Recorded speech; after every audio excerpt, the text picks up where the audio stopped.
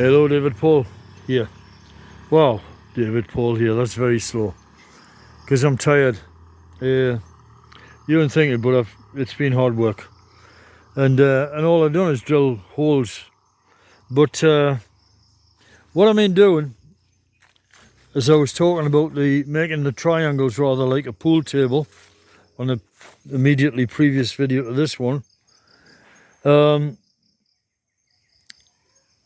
Drilling holes so that I can connect up these triangles, and they have to be absolutely perfect. I'm getting sort of like blurry-eyed and crazy with the heat. So what I did with the last one is I put this piece of tree in it to make sure, to remind me that I'd done that one and I wasn't to look at that as a new prospect. So what I drilled this, I drilled these, and I have 5 of these logs are not logs, they're beams.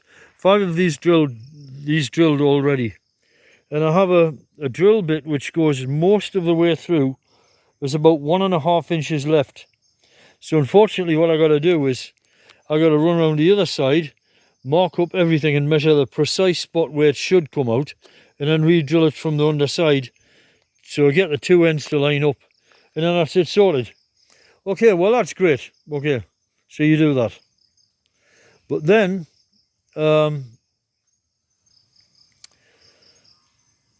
what happens is I need to bolt these through, and there are no bolts here on the island.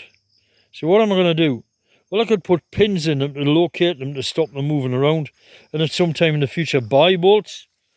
But so what can I do? I get a great idea. Rebar. Is there any rebar on the island? And sure enough, there's one shop that sells rebar. So I bought some 10 mil rebar, which I will push through the holes and then fold them over like that. So they form a sort of peg, pin, whatever you want to call it. And that'll stop side movement of the house. Because once the house is assembled anyway, there will be other things connecting stuff together. Plus the floorboards nailed down, which are holding things together. All kinds of things. But here comes the problem. I take the drill bit out with the intention of comparing it to the rebar when I get the shop. I take it out, and now I don't know where the hell the damn thing is, and it's the only one I got. So now I've got this little short thin one.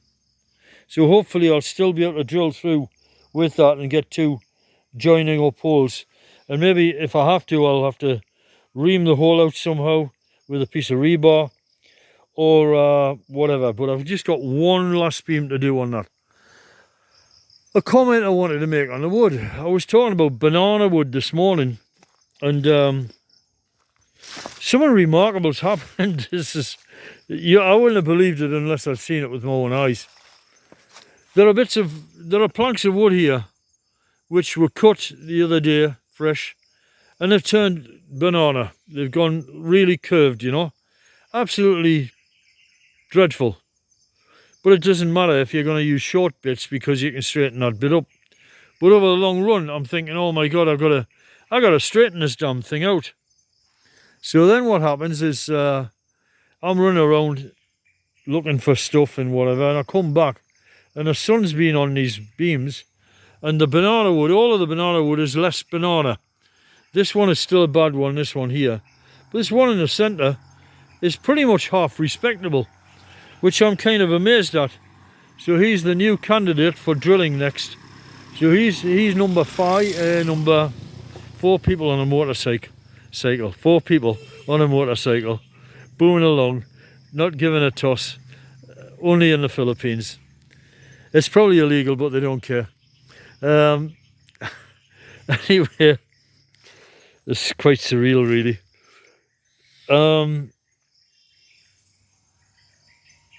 So this piece here is looking promising. By the time it gets a bit more sun on it, it might start to straighten out again.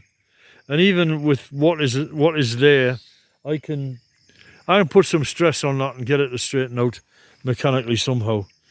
My ex-wife's cousin, who was like mad keen for work, keeps like checking in on me and seeing if there's anything on the go. And I don't want to employ him all the time because I don't want to like pump my budget out, but to be honest, I can afford to employ him. So today I said like him and a friend would take all the wood up when I'm finished to the top. So we discussed it, and we're going to do it when the wood is drier because it is damn wet. So by Saturday he reckons this is going to be considerably lighter. So that's organised for then. And he's now, we went and we got the rebar, and I looked at it and I thought, God, you know, I've got enough to do, so I thought I'll employ him to do that. And it's only about £4 or something I've paid him.